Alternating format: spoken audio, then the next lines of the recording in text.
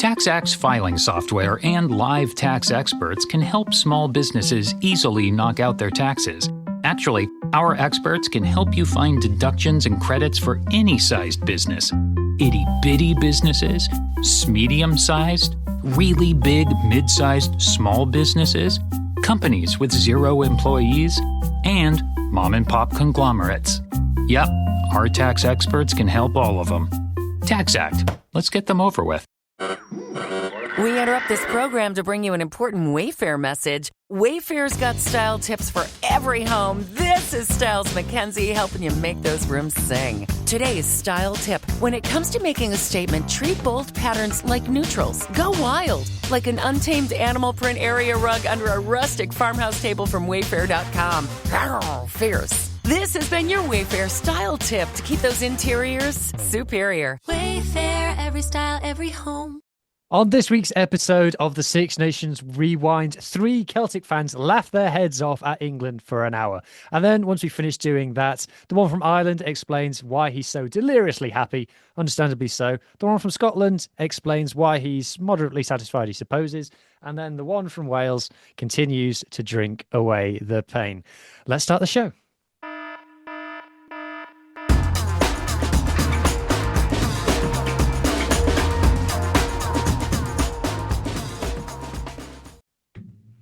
I am joined this week by Irish Adam and Scottish Ethan. Good evening, gents. Good evening. The Celtic conspiracy is very much back.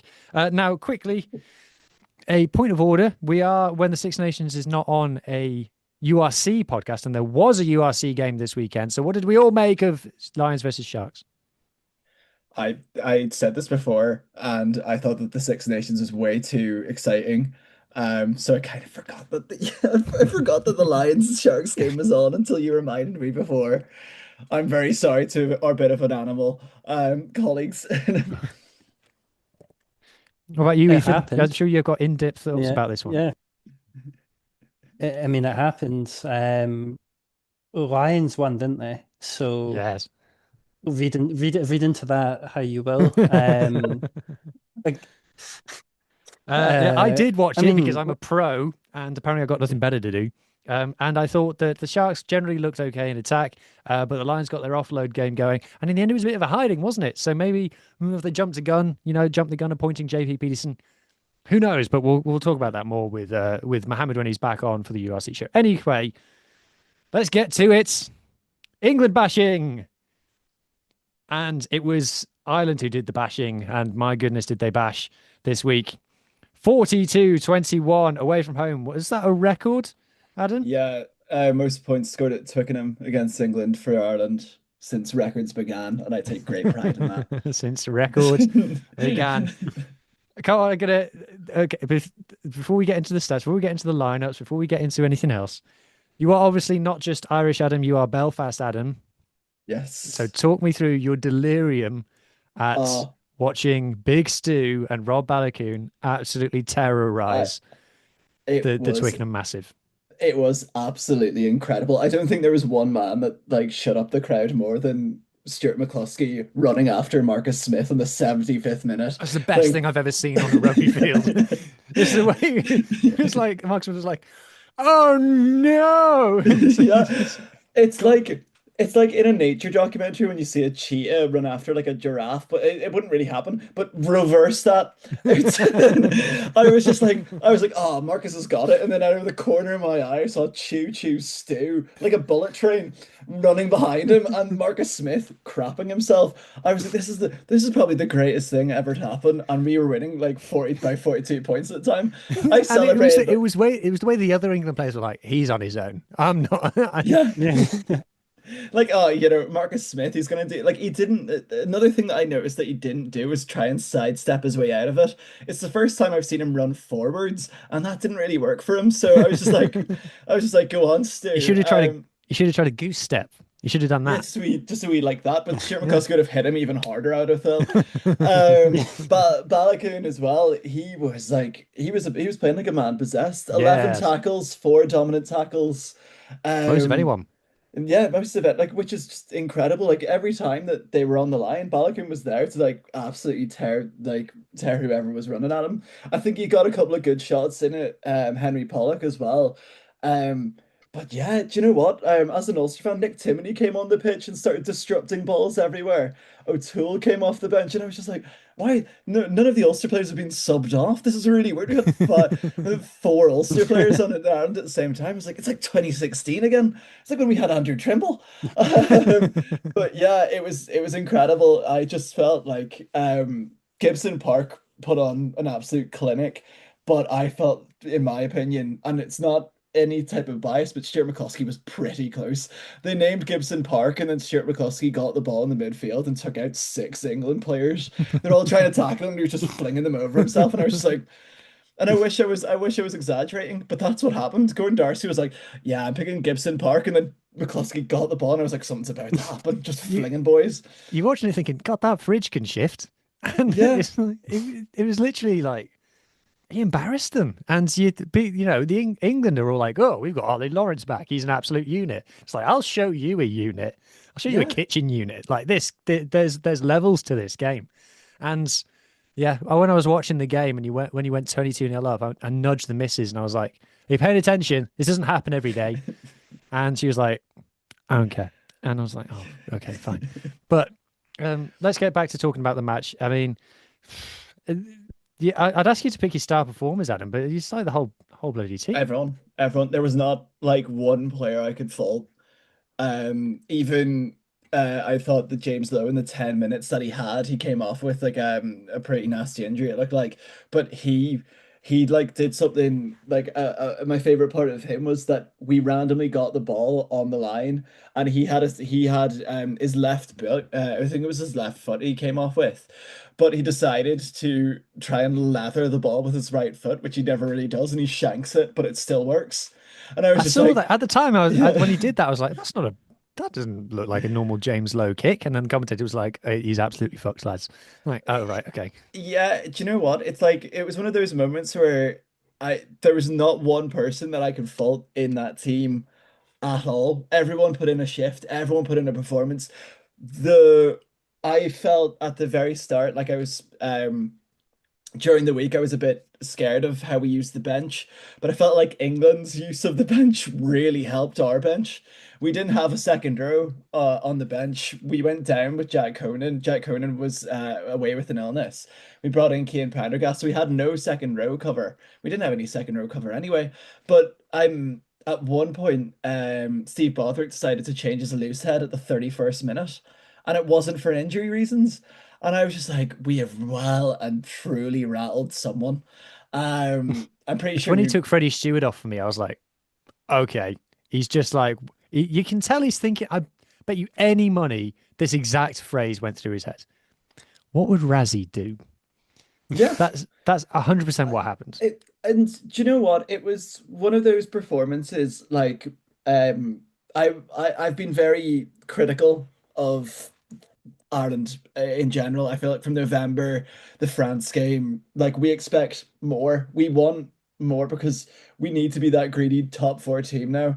We're always the underdogs. But we sort of came in and England tried to play the underdogs, and Ireland were like, for the first time, I think since I've known that we have went in as technical underdogs, and we just stamped that out completely by putting points on them. Gibson Park with that opportunistic tap and go try was superb to start as well.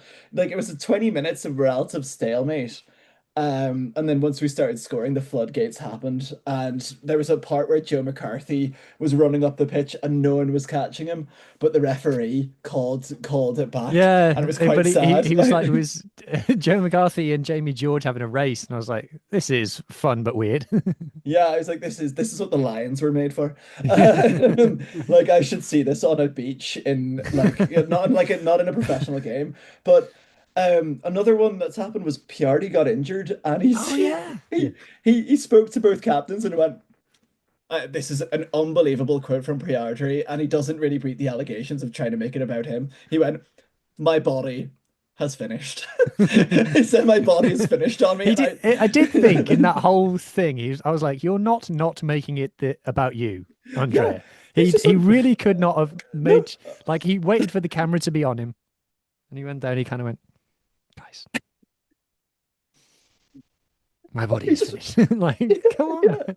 he just looked down and just went, and then he got up and he made sure the captains came over and went, it was a pleasure effing you lads for 20 minutes, but my body has given up. Imagine James Lowe in the moment of that he shanked the ball, going up to the referee, going, sorry, my body has given up on me.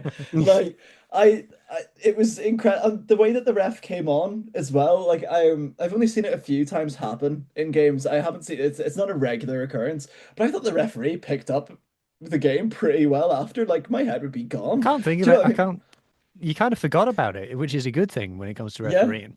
There was like a questionable clear out by Furlong in one of the rucks. But after that, I thought that he had a pretty good game. I don't think any side would have been relatively angry, bar, as I said, the Furlong hit. But after that, I think everyone played a stellar performance. Lockman's best game in an Ireland jersey. James Ryan's best game in a long time in an Ireland jersey, in my opinion. McCarthy, Van de Fleer looked like he was back to his world player of the year type of level, the way he was hitting people and the way he was moving about the pitch. Doris was like I there wasn't, as you said, there wasn't a player that I can pick out to say that they have had an average game. Tommy O'Brien took coming off the bench in two hands, and we Mm. saw a wing partnership of Balakoon and Tommy O'Brien. Yeah, popping up on the same wings. And do you know what? It worked so well. It was for Tommy O'Brien's try when Balakoon just went up the middle and just went just a wee pass to him, and it just Yeah. worked. Like I think from an Ireland standpoint, there is still things that we can work on. The scrum is an issue. The scrum is Yes. an issue. Um, I don't really want to mention the 10 chat because, I there's not much to mention. I think Jack Crowley had an excellent game. How Um, many Sexton loops did he do in that first half? At least three. He did, yeah. And do you know what? It kept on cutting to Sexton. Like my favorite rugby photo of all time now is the Irish coaching setup. David Humphreys in front of him and Kate Middleton and Finn Baxter behind them, and like looking quite sad. And it's just Johnny going, "Yeah." And I was like, "This is what the sport's about." And then, but yeah, there was loads of Johnny Sexton loops. Gibson Park put on a clinic. Jamie Osborne was fantastic at fullback again. Like this is an Ireland team without Took his try very well. took his try very well, and he took his try off like a really good running 12 line. Like I'd be interested to see him play more at 12. I know he plays more at 12 for Leinster when Hugo Keenan's playing, but takes a really good bashing up line at 12, seeing that they're the best 12 does play for Ulster, and he's proving that at the minute. But I did feel like it was such a like it was a shock. It was a shock to me. I'm sure it was a shock to you guys, but I just thought that it just sort of proved how, and didn't really get to speak. Well, I wasn't on the podcast last week to speak about how fraudulent they were against Scotland, but Scotland played a really good game. But I'm now looking at this Six Nations Championship going, what's the best outcome for Ireland here? A triple crown is on the cards. I don't see France tripping up, but it'd be very France for them to trip up against England. Well, So, do you France know have what I got two mean? shots at it now. We'll come on to it when we talk Yeah. about France. But um, the question on the selection then. So the thing that Andy Farrell's been getting hammered for ages is selection, and he was when the original 23 for this game was announced, he got hammered a lot for the selection of this, like no second rows on the bench and that kind of thing. Mhm. But obviously the result has gone and happened. So is Andy Farrell vindicated, or does it in a funny way prove how wrong he was? I think that we were caught out very lucky.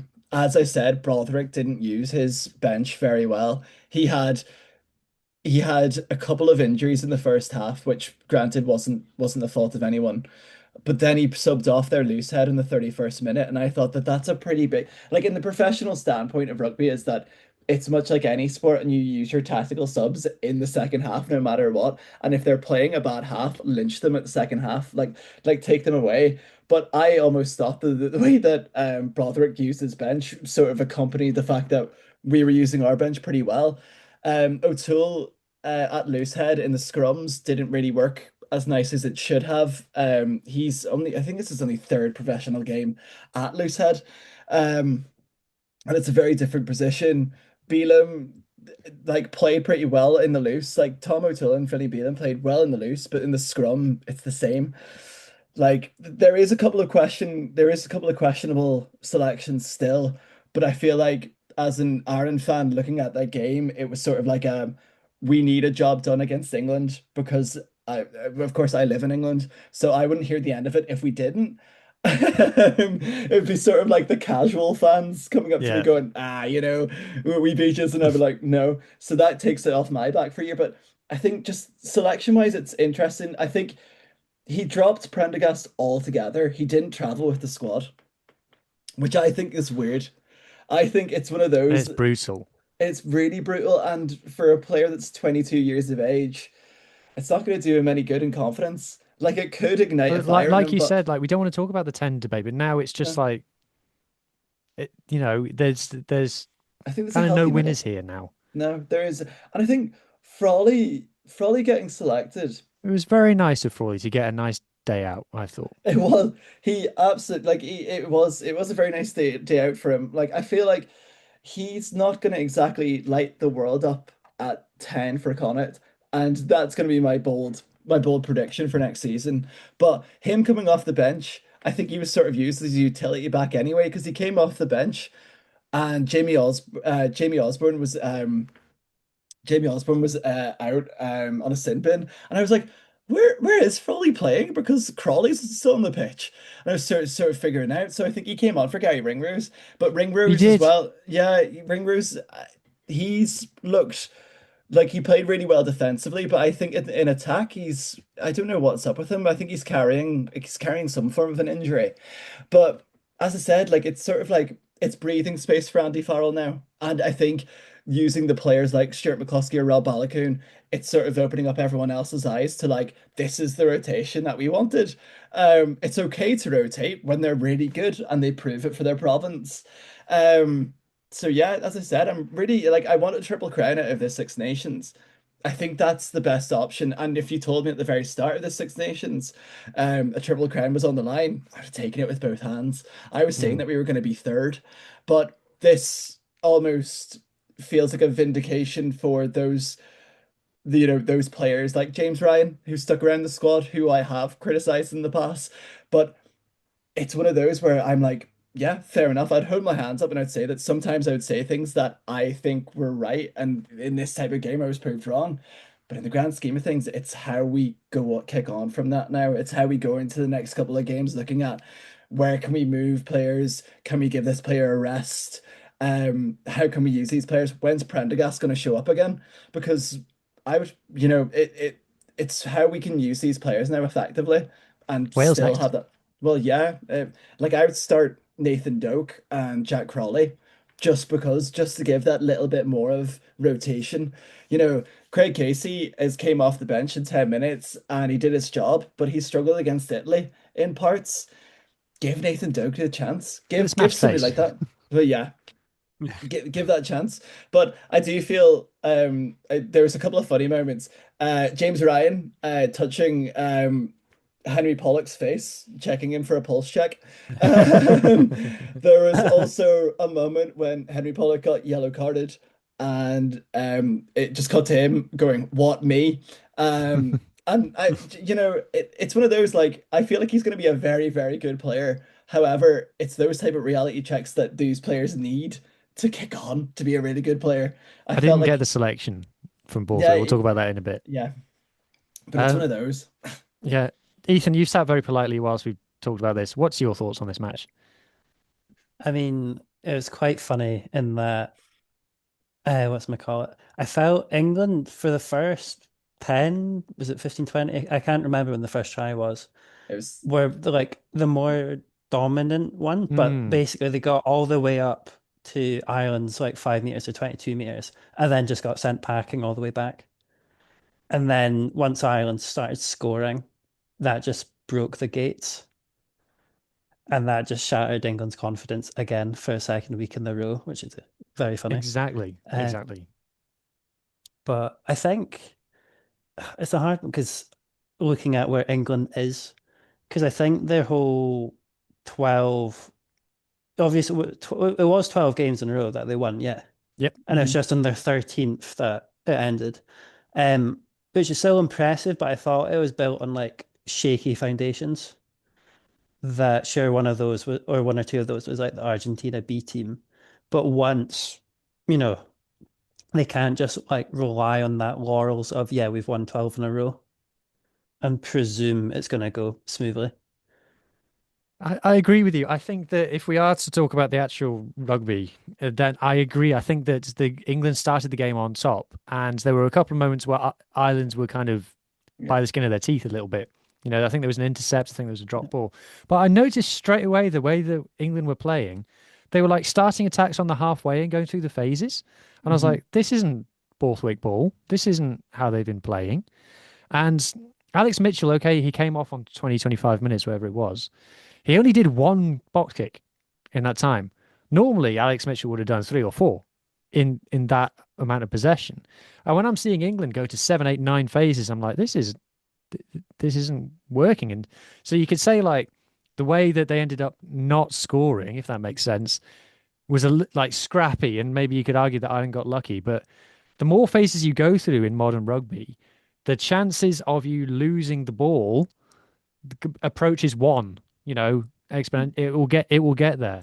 So it's kind of they were doing it themselves, and I was like, why are you playing like this? I don't understand. And it completely exploded in their faces. Their defense was non-existent, embarrassing, and like George Ford, like if you're not asking him to kick the leather off it 20 times a game, what's he? He's not the right player.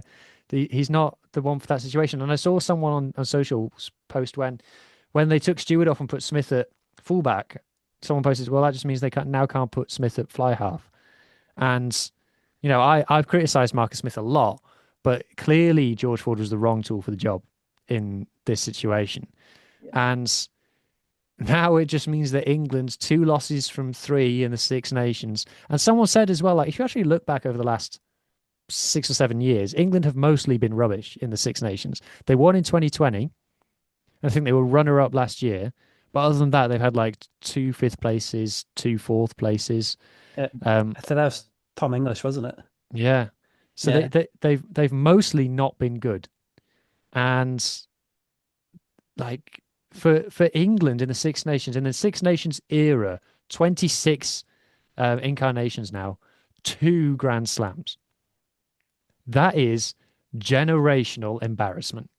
That is like institutional fraudulence. That is how can that record be a thing? I Do you know just what's I crazy about that statistic? Oh, sorry, Adam. no, Ethan, go. Ethan. Oh, it was because I think Tom English was comparing us with England there, and I can't remember which way around it was, but there's only a 2 game differences in the amount of wins between them, and that obviously England's had Grand Slams and like their positions being like first, second, third, fourth, fifth in all those different years. It's just crazy in that how Townsend's getting a lot of smoke blowing up his arse at the moment in terms of his job security. But when you look at England's success rate, is actually quite similar in terms of game winning, but in terms of how they've actually performed overall is drastically different. Yeah, I think the confidence that comes from England, and I think the confidence that we almost had for England was manufactured in a way that we're like, look at all these really good players that they do have, and it's almost like a mismanaged, like Hugh, you mentioned defense, like it was somebody after the game was like, oh yeah, it looks like they didn't know each other. Like there was no communication in that defense. Their whole tactics of their attack was almost trying to neutralize the threat coming from our back three, because our back three can get relatively quick off the mark, or you would have James Lowe's boot and it will just fly back at you. But they were trying to play to strengths that they didn't necessarily have, and I found that quite like their line out wasn't great.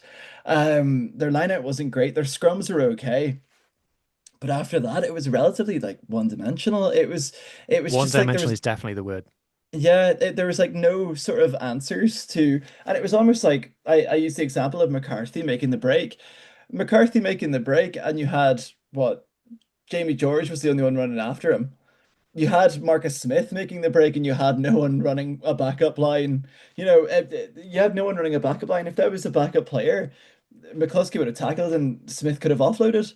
Like there was like loads of the different things that could have, should have happened, but they just looked flat and it just didn't look like anything was working. And it made Twickenham sound more like the Aviva because the crowd were flat and they weren't getting into anything. It was more the Irish crowd that you heard than anything else. Well, if you look at, the you talk about the talent and stuff, and I'm like, well, if Freeman's not playing at centre, why do you need to pick Fraser Dingwall? What's Yeah. he offering? I'm not saying that he's a dreadful player, but is he really the best 12? And if you look at the Prem's obviously gone down to 10 teams. But how many Prem teams would you say that you'd say name their best player and the name that comes out of your mouth is English? Like a Yeah. lot of the best players in the Prem are foreign, are imports, are internationals for other nations. And if you look at like someone like, is it Van Rensburg at Bristol? The lengths Hmm. they've gone to get his South Africa under 20s caps rescinded so that England can pick him. And it's like, what does that say about the rest of your 12 stocks? And, I've got, I'm trying to be a hashtag nice guy and not go after players. And I always try and think like, oh, if they were to listen to the podcast, what would I want them to think and things? I've got to be honest. Henry Arundel really tries that policy. Yeah, he wasn't great, was he? There I'm was, watching him and I'm like, oh, you're not doing much good here, mate. And like someone put on social media, if he's got the ball and no one in front of him, he's great. But as soon as you put like two defenders around him, he really seems to not know what he's doing, to be honest. And he's got the confidence and he's got speed, which is what he needs to be an elite level finisher. But like I know scenarios other than that, I'm like, mate, come on, the international rugby now. yeah, he doesn't have like I would say that the likes of Balakoon and O'Brien and even Lowe would have that sort of X factor to their game where they can have the ball at any part of the pitch and they can make something out of it. Like whether that be like a kick or a break through the middle or break a couple tackles. But Arndell looked really like, it's really hard like last week because I wasn't on last week when he had like the double yellow card. I was like when does double yellow cards ever happen in rugby? Like, he just sort of was there. He also got me -1 in my fantasy, so Yeah, I did, but he didn't really, as you said, he didn't have that sort of X factor clinical edge that the likes of, well, I'm thinking back to like when England used to have like Chris Ashton, for example, when he sort of got the ball and something could have I happened. hated Chris Ashton at the time, but I've looked back at some of his records lately, and I'm like, oh, bloke Yeah, could score a like, try. and also he's like an all right pundit, which I absolutely hate as well because I'm Yeah, like, he is. He's do you know what I decent mean? on Like he seems comms, like a isn't dude. Yeah, it was like I was like I'm supposed to not like you, but but he? there's like, but when you look at those players like that for England, um, Arndell has been compared to like he's one of these really good players. Then he went to Racing, did nothing from what I No could one know. succeeds at racing. Yeah, well, that's true. Zebo did okay. But yeah, it was like he did nothing really at Racing. He's at what, Bristol now. He just is one of No, those Bath, players. not Oh, Bath. Bath, Yeah. Bath. Yes, sorry, I apologize. But he's at Bath now, but he's in like a quite a big, like superstar heavy team. He's got Finn Russell there to open him up, things like that. But as we said, like George Ford didn't really open up any part of that attack. And as we sort of said, like his kicking game is there to be used, and England didn't kick it a lot. James Lowe's right boot got more action than George Ford's, and James Lowe never uses his right boot. So it's an interesting one. It is Yeah, I thought. interesting Sorry. indeed. Now, I think we've done laughing at England enough, so we should move on. But before we do, Need to get the thing loaded so I can do the spiel. If you're enjoying what you are listening or watching so far, which if you're English, I should imagine you're not, but you were warned in the title. If you're here, it's your fault. So uh, enjoy if you are enjoying it. And then subscribe to the Global Game Line on YouTube. This is a global rugby platform with specialist shows on everything that you can think of, mostly, terms and conditions apply. There is an Irish show where there will be more laughter and more merriment later this week, hosted by Adam, who's with us now. There will be a French podcast that's hosted by me that will be out on Tuesday night. There's a women's rugby podcast that will be back when the Women's Six Nations starts. That will be here in full force. I'm very much looking forward to it. Scrum of the Earth is on this channel. There is a South African special podcast for when the South African teams are playing again. I'm much looking forward to it. And there's even an American show sometimes as well, which is all jolly exciting if you ask me. So subscribe, comment, share, all the things. Much appreciated. And next, we're going to talk about Wales versus Scotland. All right, Ethan, as is tradition, the winner gets to talk first. Wales versus Scotland, a win for Scotland. Never in doubt? Very, very much in doubt from until about the 70th odd minute. I think it's one of those ones that I'm not really fussed about the closeness of the scoreline with how Wales played, because Wales were, as soon as the game started, you could tell Wales were going for it. That when you compare how they played against England and France, they were much more physical. They were ready. They were they were all fired up. And I think Scotland did miss quite a few opportunities. So, for example, the I can't remember who it's passing it to, but effectively in like the 5 meters, Josh Adams intercepted the ball, and that which would have probably been a try for. I'm just going to it's probably Duhan. Which kind of bit Scotland back later. Sorry, I was on mute. Yes. Yeah. And then what's we call it? The yellow card period, Scotland didn't handle that well because I'm pretty sure, yeah, it is the game I'm thinking of, that I felt like the first try ultimately came from really poor defending from Scotland, like not at the end, but the setup to it in like the midfield. That I think, am I thinking of the right thing? It came from a line out that went awry. Wales picked it up and then just ran it for most of it, and then eventually scored. I might be conflating a million different things at once. I think we had an attack and then Yeah. we got a penalty and we tapped and goed. Mm. Yeah, and I think, because like Wales handled that yellow card, they scored in that yellow card period, which was quite damaging for Scotland. Yeah, and then I think Hugh Jones's knock on after a Duhan break also kind of summarizes how a lot of that game went, which is quite poor from Hugh Jones. He didn't have his best game. And then I'm trying to remember all the different points. For a summary, it was pretty much Wales went mental for most of it, and Scotland eventually clawed it back with some insane tries, like the Finn Russell restart try. Yeah. Was a bit from I'm Wales' kind point of of view. I'm kind of not that mad about that one because, and the reason I say that is I think that Scotland should have converted some of the other chances that they had. Like Yeah. Hugh Jones shot one cold. Hugh Jones, I agree, didn't have a very good game. I think that there was a chip he did in the second half that just Thomas Williams caught on the full. And I was like, what were you trying there? And I think that I've watched the game back, obviously from a Welsh point of view, because I've got to talk about it on multiple pods. And watching it back the second time, Finn Russell was fantastic, and it's one of those like you don't talk about it, and it's very much because it's Finn Russell, people don't talk about it anymore. And I feel like there are still a lot of people who are like, oh, Finn Russell isn't all that, he's all hype, he's it's all that. No, he's amazing. He is very, very, very, very good. And watching it back is like he created 5 line breaks, I think, in the game, 4 or 5 line breaks, and I think in the review he can be quite short with some of his teammates of like, you've not converted this chance that you should have converted.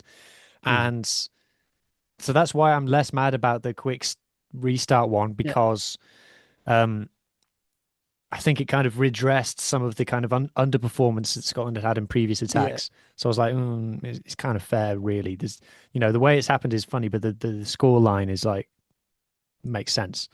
yeah. Uh, I think I was going to say, like, I think one thing that always I remember, I think it was, yeah, when we played South Africa in the World Cup, I think it was Manny Lebok who was playing, that Scotland presumed he was kicking for a line out. And so they all just started walking backwards, but he tapped and goaled and they mm, scored from that. And it's just one of those things like, oh, you should watch where, well, yeah. some, and yeah, I think Tandy's not going to be happy with that.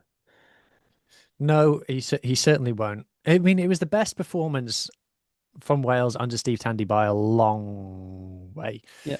And so you can kind of be happy about that. Again, a bit like Ireland, you're kind of trying not to make it all about the 10 debate, Mm. but yeah, the 10 changed and the performance got a lot better. But sort of similar to kind of Ireland actually is like has the coach stumbled on the right selection by accident? Was this like planned, or is it just kind of like, for example, with Plumtree going off early? There was a lot of people asking in the build-up, Tame Plumtree and Alex Mann as your flankers, how is that balance going to work? But because Plumtree went off so early, we never kind of had to tackle that problem. And Botham came on, and we know that Botham and Mann works because they play together at Cardiff. So it was like, oh, well, of course this worked. Just while I'm here in the back row, Aaron Wainwright is incredible. He's the best number 8 in the tournament. What a player. All his stats are phenomenal. And it's not just stats as well. If you watch him with the eye test as well, you're like, this guy is mustard. Um, Eddie James as well, I think, is getting to it. He's still not there on defense, and Wales's centres in defense is still a problem. However, on attack, he's getting much more of the ball. He actually has the most post-contact meters per carry of any player in the Six Nations, Eddie James. Um, so I'm very happy about that. And if you watch on tight attacks, they were actually using him as an extra forward on pick and goes and stuff. So that was, and he's getting the post-contact meters in those situations, which is really impressive. Reese Carey justified the hype. This is kind of like the Reese Carey that everyone's had in their mind for years is the one that we are finally getting. Dewey Lake, best performance of the Six Nations by a long way as well. Ben Carter, that jersey is yours, mate. The other guy who was wearing it before, forget about him. Daft Jenkins is an absolute hero. I love him, and Ben Carter should be along next to him. I don't understand why people were so against Ben Carter. I think he was always the best option for that jersey. Yeah, so in a funny way, Wales's pack, I think, was probably the best thing about the game. 100% line out. Yeah. Scrums went all right. The penalties started going against them towards the end. But a good performance. But again, because, Scotland blew so many chances and the coaches kind of stumbled on this selection by mistake, I'm kind of like, is this the start of something? Because a lot of the problems were still there. Like the defense wasn't great. The defense was poor. And we're still relying on taking threes. So we only scored 2 tries, and it was threes that kept us in it. And 2026 rugby, the threes aren't the answer. So I'm not like we're so back, because we're not. But it was better. It was a lot better. But I need more than one swallow to make a summer, to be honest. Yeah, I feel Wales is kind of Scotland's bogey team. I mean, obviously we've got a lot of bogey teams based off our Yes. our South Africa and New Zealand also. yeah, and Ireland and France, and currently Argentina. But for some reason, even though Wales has obviously been quite at a low point for the last few years, they've been really tight games with one exception. That Wales just knows how to get underneath Scotland's skin. I don't know what it is. Well, That if the whole thing about Scotland is that they've got a mentality issue, Mm, if we buy into that, that's the problem, then that's not just an Ireland thing. It's not just the reason that you always lose to Ireland. It's not just the reason that yeah, you always beat England. It's also why you rock up against the likes of Italy and Wales and Mm. shit the bed. You know, Yeah. it's if it's evidence to the mentality being the problem. Mm. I think the fact that Scotland managed to claw back that, what was it? Was it 15 points at that time? Yeah, 12, 12. I think. That they managed to call that back in probably one of the worst stadiums to play in as an away team, in regarding like how much the support, home support, you can hear them, and how much that actually feels the Welsh team, is an insane performance. And I think, what was it? It's one of those ones that, yeah, Scotland's backed up a win against England for like the first time ever, or an away win after what? 'Cause I think, did you see that statistic where it's like Scotland's never won a back-to-back game after beating England? I not only have seen that statistic, but I did an interview with the guy who dug it Oh, out. It's yeah, on my channel as of today. So check I it did. out once you finish watching this. I did actually watch that. I should have known it was him. Um, so there's that one, that statistic about Scotland beating Wales for the first time in 100 years, or 99 years, to beat Wales four times in a row. That Oh. it's quite a it's a good sign that Scotland's able to overcome that hurdle. We have got a lot shitter. Yeah, but it is one of those fixtures that Wales doesn't make it easy for us. Mm. No, And I that, agree. and I think regarding Townsend, he actually had positive things about Townsend this week. 'Cause I felt he made all the right choices. That when Macbeth and I'm trying to think who brought off early, Williamson, they just weren't working out, which is a big call because that was half an hour in. And as you were Mm. saying, that's kind of where Borthwick went wrong in the Ireland match. I felt like it did benefit Scotland quite a lot. What did you think of Blair Kinghorn's performance? I mean, it's his first game, the Six Nations. I'm pretty, yeah, because he didn't play on the bench on for Italy or for England. It's one of those ones where it's like on paper, I love Blair Kinghorn. It's just I don't know if it's a Scotland setup, like, or how they're currently attacking that just doesn't really work with him. Like there was one occasion in that game where he got the ball and was running it back, but he should have offloaded it or done something with it. Because he just got caught, and I think they turned them over.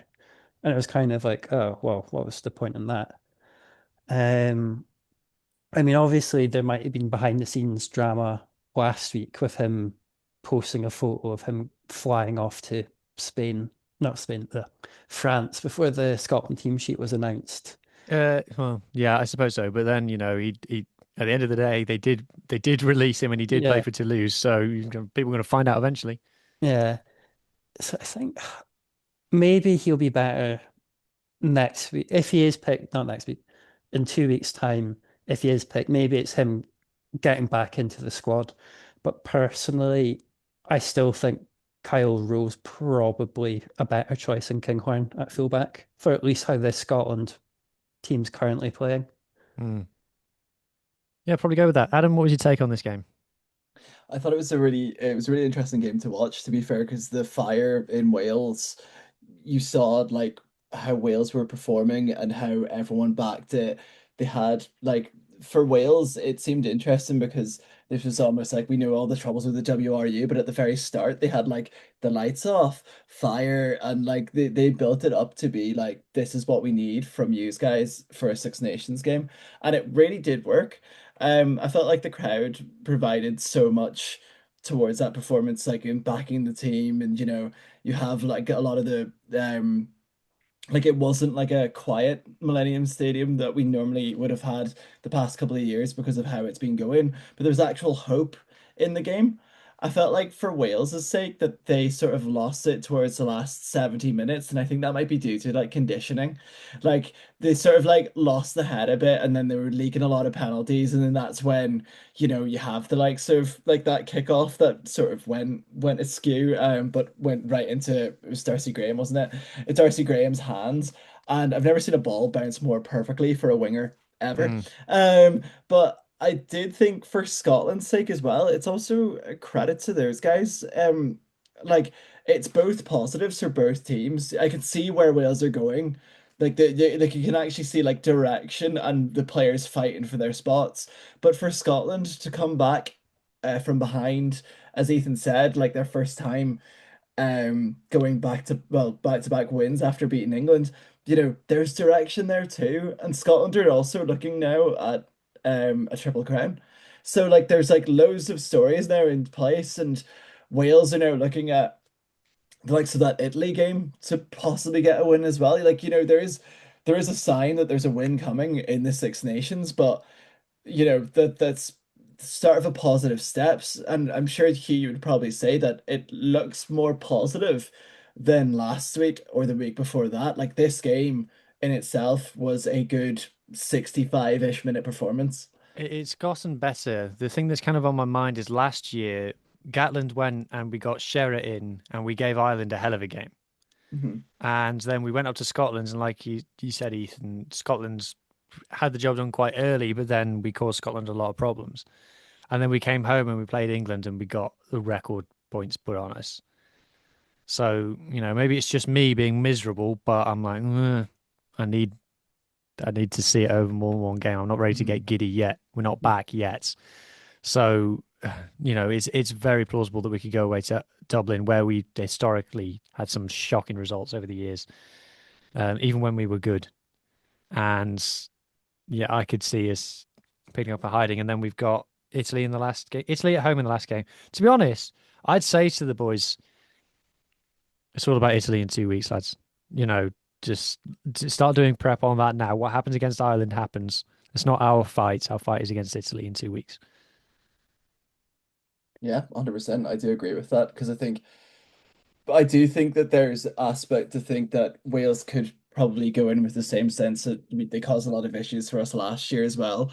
Like, I don't think there's a perfect Six Nations team, bar probably France.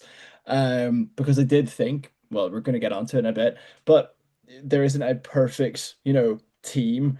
We would have thought that would have been England or France this year, but England have sort of limped off. Scotland are like showing their dark horse status again, which is a bit frightening because they're sort of reached that level of dark horseness where they're doing things now and they're providing like they could win a triple crown, and I'm like, oh, that Ireland v Scotland game is going to be very interesting.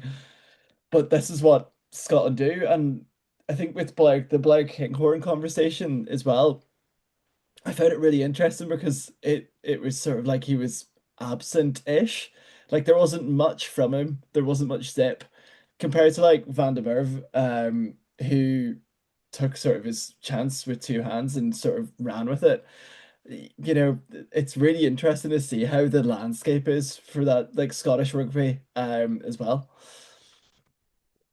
Yeah, I think it's one of those ones where I felt like we missed Jack Dempsey.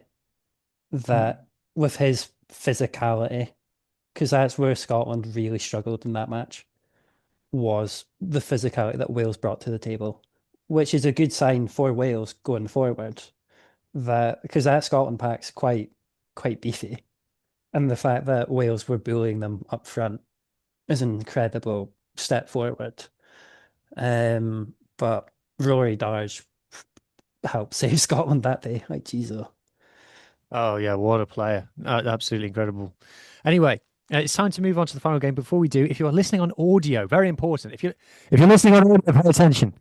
Um, this audio is the hardest platform to grow and to attract new listeners. So if you are enjoying what you are listening to, please consider giving us a 5-star review. If you're listening on Spotify, leave a comment, and only a nice one though. Actually, any kind of comment, don't care. And share a link with a friend would be really great as well. Like I said, it's really hard to grow on audio, and appreciate the support that you give us in advance. Okay, three. I don't know what I'm saying. That 33-8. That's why I'm saying the number three. 33-8 is what France beat Italy by. No France or Italian pundits on the show this week, unfortunately. But a professional enough job by France. It says something that it feels quite. France have played a game where it felt quite flat, and you'd almost say that they won ugly, and they've scored 5 tries and won by 25 points. It kind of shows the levels that France are at the moment. Yeah, I thought that this was pretty lackluster from Italy. I think they put up a really good fight up until around about I think this 60th minute. It's between like the 55 and 60th minute mark just when the floodgates started to lift.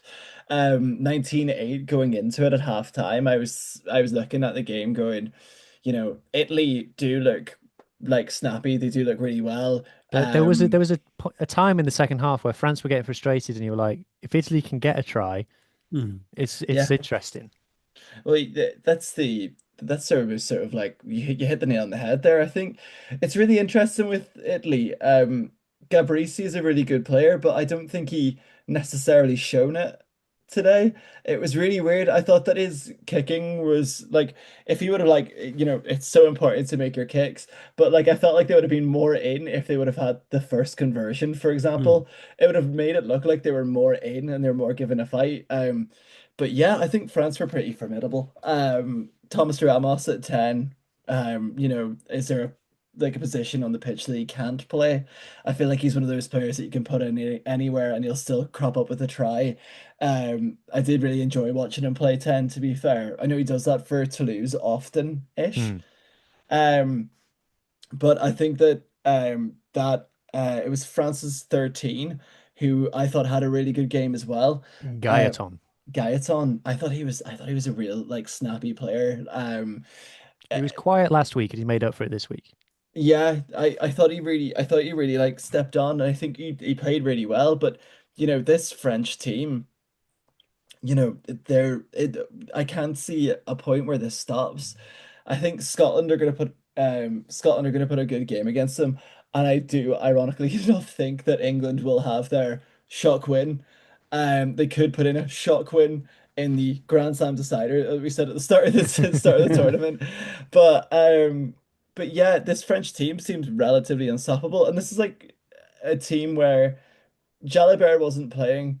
Dupont is getting back to his best. There was a couple of really heroic defensive efforts I from thought this was Dupont I in this thought game. this was Dupont's best game of the three so far, and Yeah. in a funny way, I think that's slightly because Jalibert wasn't there. Because I almost want to say like Jalibert's been cramping his style because there's someone in the team who might be 95% as good as him.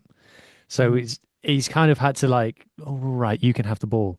Um, but I thought in this game, Dupont was like, ha ha ha, ha, my turn. Which is like, imagine having the luxury of having that, like a player that's 95% worth of Dupont and Dupont. I also thought their pack was just incredible. Like there is a Miafu was force. amazing. Yeah, there is that force. Like there was a couple of the games this Six Nations where I'm actually quite excited for this Nations Championship because I do feel like it's quite a cool concept of seeing this French team play in New Zealand with an actual team. Do you know what I mean? Do you know like with like a first rate team like seeing but this French team have all the right tools at the minute. And it's a very French look to possibly win a World Cup when it's been their last home World Cup in 2023 and the one in Australia. But they're looking as good, if not better, this Six Nations. In a Six Nations where there hasn't been, well, this is the clearest standout team in a while, but I'm not sure in terms of how comparatively that would work because you saw them struggle. Like the Ireland game, we struggled against France. We were quite terrible, to be honest with you. The Wales game, they thrashed Wales, and then you had Italy, and Italy didn't really come out of the blocks. Well, it was as I said, it's probably like a conditioning thing, and it was around about the 55 minutes when the floodgates started. This Scotland and England game, I think more particularly the Scotland game is going to be the real hinge point in what we see of this team. It's how they attack that essentially. They are a class side, but it's going to be really interesting to see two teams that are on purple patches face against each other to see what it's going to be like because, as I said, they haven't really been tested yet, have they? No, I don't think they have. And on that subject, if we talk about Italy, uh, I kind of alluded to this last week as well, is that if people are serious when they say you need to respect Italy now, if people really mean that, then that means that we have to criticize them like we would the other Mhm. nations. And the fact is that just Italy aren't scoring the points. So the stat that Mhm. I've used a lot lately is in their last, it's now 17 games, 9 times they've been held to less than 20 points. 5 times they've been held to less than 15 points.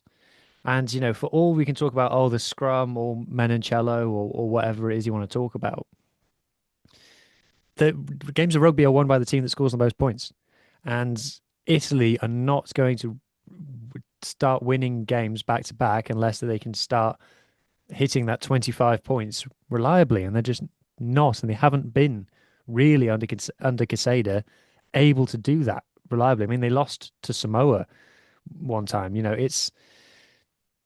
It's just they're not crossing the try line, and that sounds like oh, is that analysis? They didn't score tries, but it's like a long running thing. And the kind of point, the reason that I labor on it is because people are so like, oh, Italy have gotten better, Italy have improved, Italy are this, Italy aren't that anymore. And it's like, well, check how many points they're scoring.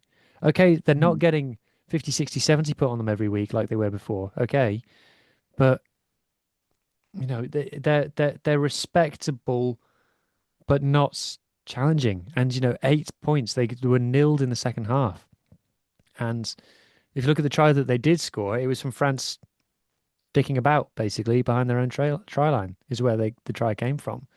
So I do think that it's like the most fundamental issue. Like we're not Yeah. scoring any points.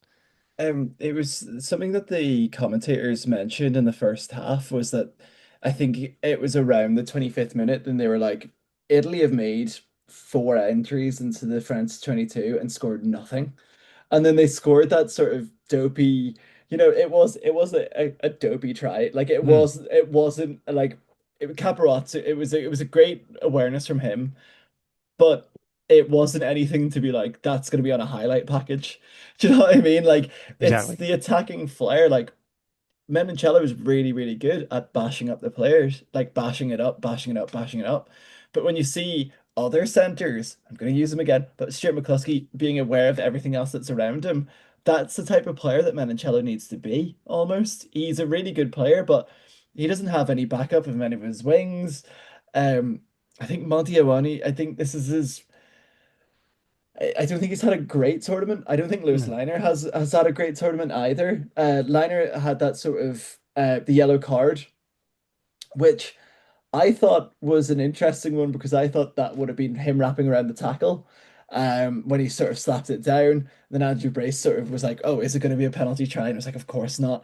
There was a prop covering Louis B. Berry, Belbury, and it was just like, and then the commentator was like, "Yeah, but would a prop actually catch up to him?" And it was like, "Well, you never know." Yeah, like the Um, referees tend to be like, look, I'm not taking that into account, even though we all know that is getting nowhere near Louis Bilbray. Well, I would love it if the referee's got like a stat pad up and it was like speed 55, speed like a game of Top Trumps almost to be like, here we go, lads. But imagine that. But it was one of those where I thought I thought they were going to do more. I was sort of disappointed watching the game. I was enjoying watching it attacking French rugby, but then again, I was just like, But France's tries were kind of, and I mean this in a good way, so bullshit as well. yeah. Like there was a time, especially in the first 20 minutes, that every time France made a mistake, like whenever Tomo Ramos makes a mistake, he almost like shrugs with the ball still in play. It's like, well, that's what I meant to do. And like, is it? Yeah. And he goes, I, well, we've just scored. And you go, okay, all right then. And like, but France's tries were just like, whenever France made a mistake, Italy weren't punishing them at all. But whenever Italy made a mistake, it was try time. yeah. And it was just brutal. It's that ruthlessness on that like Thomas Ramos point of him making a mistake and doing that. I once walked past the French team bus in Dublin 2 years ago, and Dupont walked past me, but Thomas Ramos bumped into me, and he sort of did the exact same thing of I was just like, it's Thomas Ramos. But anyway, it was that, what we talk about Italy so highly, because we want them to do well, and of course it's a URC podcast. We know, but it was almost like the Gerviso effect has leaked in, where we put them on a pedestal. And it's sort of like every week, if you listen to this podcast and we talk about Treviso, they either win or lose, but we still can't figure out what's going wrong or what's going right because it's just like, oh, they didn't score enough tries or they weren't clinical enough. It's the same with Italy. It's like this Treviso effect of Treviso are playing relatively average rugby at the minute, but Italy could play way better because they've got the likes of top 14 players that they can pick from. They've also got the wealth from Treviso and Zebra and stuff like that as well that they can all collect together. It's just not working. It's just it's such a weird. And the coaches are objectively very good Italian rugby coaches, but it's like the likes of having Lewis Lina out there and him not being as attacking minded as he would be when he's playing for Treviso or when he was beforehand. Like this is a player that was on Australia's radar. It's a mad one to think about because he did relatively nothing for Six Nations so far either. Yeah, I mean, he had a great catch last week, but then, as you said, got yellow carded this week, yellow card last week. And I felt his yellow card this week was what kind of killed it for Italy. Mhm. But I know I feel like the only good Italy winger I've seen so far is Adogwu. So I'm pretty sure he's come on for the wing. So I can Yeah, never decide yeah, if he's a centre or a winger yeah. because I'm pretty sure he's that like Kyle Stain mold that you just put him wherever. He almost came on at fullback from the runs that he was doing. Yeah. Yeah, and it's just because I think Ioane's been a great servant for Italian rugby, but I don't know if he just needs to start being phased out and put somebody else in. I don't know. My opinion is that I don't think they should pick Capuozzo at fullback. I don't think that Capuozzo is a fullback. Because if I use the Toulouse thing, Ange Capuozzo is the fourth best fullback at Toulouse, but he's the best winger at Toulouse. So I'd like pick him on the wing. That's his best position by a long way. And you saw like when Louis Bilberet scored his try against him, Capuozzo kind of quit. As soon as he saw it was Louis Bilberet, he was like, oh, and then just stopped running. And it was try time. And like, okay, maybe he would have lost anyway. And I'm not saying that he would have been in a foot race, but he kind of just was like, oh, not interested. Or not interested is the wrong word, but like He wasn't going to he's waste not his got the fight energy in almost. defense. Yeah, yeah. Yeah. He didn't have that Stuart McCluskey grit about him. Yeah. So yeah, so I think well look, from France's point of view now, they just need to win one of their last two games and they're champions. And I think that they're probably favourites to win both. If you look at their points difference, it's like 78 better than anybody else after three games. It's ridiculous. To your point, Ethan, with the yellow card kind of changing the game, France got a 22 entry from a penalty and went to the maul, and the Italians gave away a penalty in the maul defense, and Brace held his arm out, and I was like, okay, France, if you're that team, you score now with a free play against 14-man Italy, and they scored like straight away. I was like, oh, there you go. This is the good team, and yeah, so I just think that even like I began this with, even a slightly dull France is still levels more sharp than any other team in the competition. I think it's one of that one particularly hurt because that was the bonus point. Mm. Because I was hoping like, oh, come on, Italy, at least deny France the bonus point. Do us a favor. We let you win. Please repay it back. And some people will take that as kind of like, oh, as proof of something for Italy. They'll say, oh, they made Italy made France work the hardest to get their bonus point out of the games that they played so far. Like, well, yeah, but they didn't score anything in the second half. So this is kind of what I'm on about. Anyway, we've reached the end of the Six Nations chat, but there's URC back next week. So here we go. What just happened? I just pressed a button and something disappeared. There we go. Right. Round 12 of the URC, apparently. That's come up fast. Starting with this is predictions, everybody. By the way, that we're doing Cardiff versus Leinster. Oh, Anyone fancy a cheeky upset? I'm gonna say I I'm gonna say Cardiff. I'm leaning towards Cardiff purely on the basis that Leinster's been so depleted Yeah, by Ireland at drafting, and that Cardiff can pull off a quite good upset. They beat Edinburgh at the last minute earlier in I the season. Leinster have no loose head props, and that's shown in the Ireland setup with the fact that we went down to Jack Boyle being injured, and like Leinster are struggling with their injuries, but are quietly in some type of lab trying to make it the next Rico Andrew Corr. Ioane, Ake Snowman. Rico Awani, Yeah, I don't think has been that game changer that they need. Snyman could be, but I feel like I feel like Cardiff could have it here. You know, you've got the likes of Charlie Tector and stuff like that for Leinster, but it's going to be Cardiff Arms Park. Cardiff have been really tricky this year, and I don't see Leinster. I see Leinster going like they need a win from this, but I do see Cardiff edging it because Cardiff look really good, but Leinster are at that minute in time. Now think about it, they're what 12 games bounce on the bounce, but they've had that break, so I would I would go with a Cardiff win, and that's not to annoy any Leinster fans. I think objectively, if Cardiff have any of their Welsh players back, it could be a famous win for Cardiff. I mean they've got Jav and Sebastian, so they are True ready to fact. scrum. Yeah. I'm trying to think what it was. Yeah, no, like Cardiff. I feel like Cardiff. They're what fourth? Is Hmm. that right? Yeah. Yeah. They are being kind of, I think, downplayed so far this season. It's a game that can only be described as on this Friday. Edinburgh versus Scarlets. We've got no fly halves. Carl Winlega Jones is playing with the 20s, and Simon Costello has just ripped his ankle off. And Joe Hawkins, who's the other guy who's played 10 for us, is with Wales, started the last two games at inside centre. So we're literally looking for volunteers to play fly half for us in this game. I would love it if we beat them, but I feel like a slightly shit Sean Everett win is what's on the cards here. I think so. I mean, I can't remember who did Edinburgh play before that. It was during that Wales South Africa game that they were all conscripted. So it's people you'd never heard of, and they still managed to give Edinburgh a game.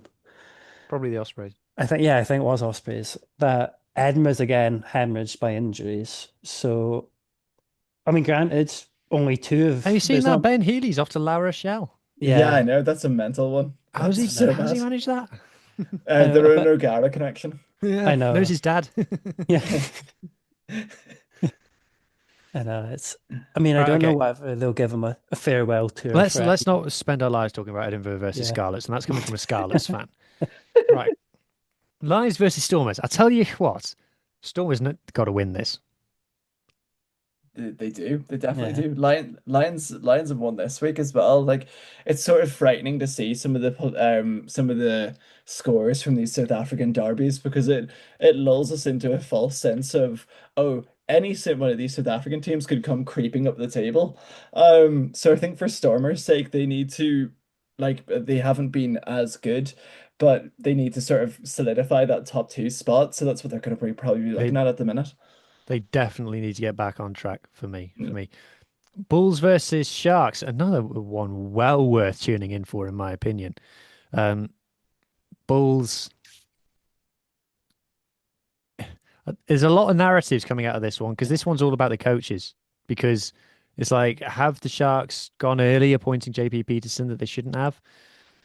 The Bulls, has Ackers really turned it around? I'm not sure.